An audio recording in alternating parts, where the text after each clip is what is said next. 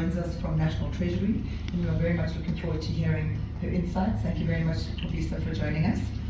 It didn't start so well, but I found myself transitioning into these different roles, and then eventually becoming the Chief of Staff of the Minister, which in itself also happened by chance. And as I understand from him as well, he called an exco meeting, and then unanimously people said, no, Gcobisa is the person to do the job. And I said, but why me? And he said, I don't know, but all your bosses, they said you are the right person to do the job. And that's how I actually ended up in this office at the time when the minister had actually lost his Chief of Staff. Always recognize that. And that's why you're where you are, Gcobisa. It's not by chance, it's not a coincidence. You've really paid your dues. And those who ill-treat you, and that's why they'll come back and apologize. So that's a combination of that, because I've also experienced similar things as you, and guess what, I've always put on my lipstick and have a big smile, and I always remember what my mother told me. Ipeleng, show up and just be a good person, because it's how you show up. Be a good person. You've got to be proven otherwise for you to really now put on your army vest. That's what I always say. You've got to prove me otherwise. That's your makeup, that God sent you to earth, that okay, you'll be like this. This bothered me for quite a long time, that one time I had to pray to God, can't you make me to be this sheepish woman, that doesn't talk anything. I'll go into a meeting prepared that, I'm going to sit like this and I'm not going to say anything until the meeting, is finished. But it happens.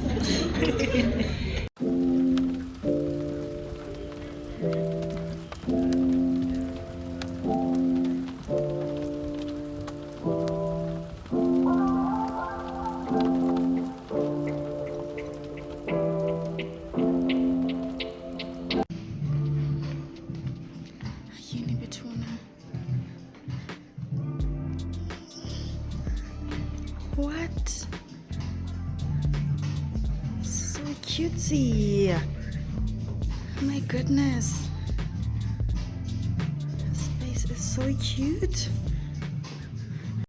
It's to take on something that's authentically you. This is not within the walls of an art classroom. It's an informal setting. It's somewhere where if you've never picked up a paintbrush before, it's completely fine. That's the whole point. It's supposed to be fun and different and out of the box. So don't worry if you're not a trained artist. No one is judging you. I'm going to start by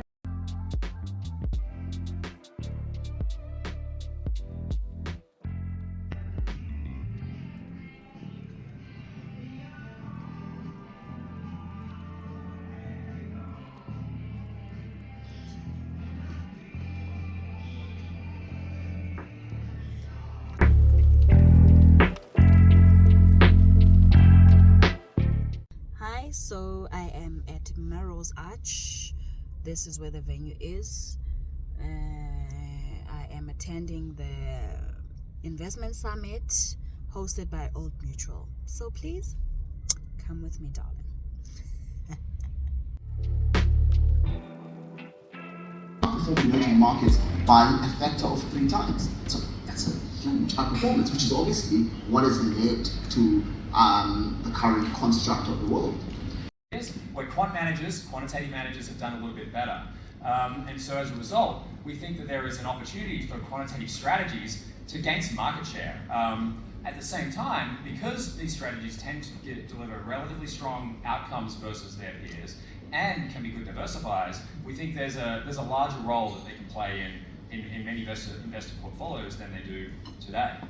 Incidentally, was the pioneer of quantitative investment in the United States.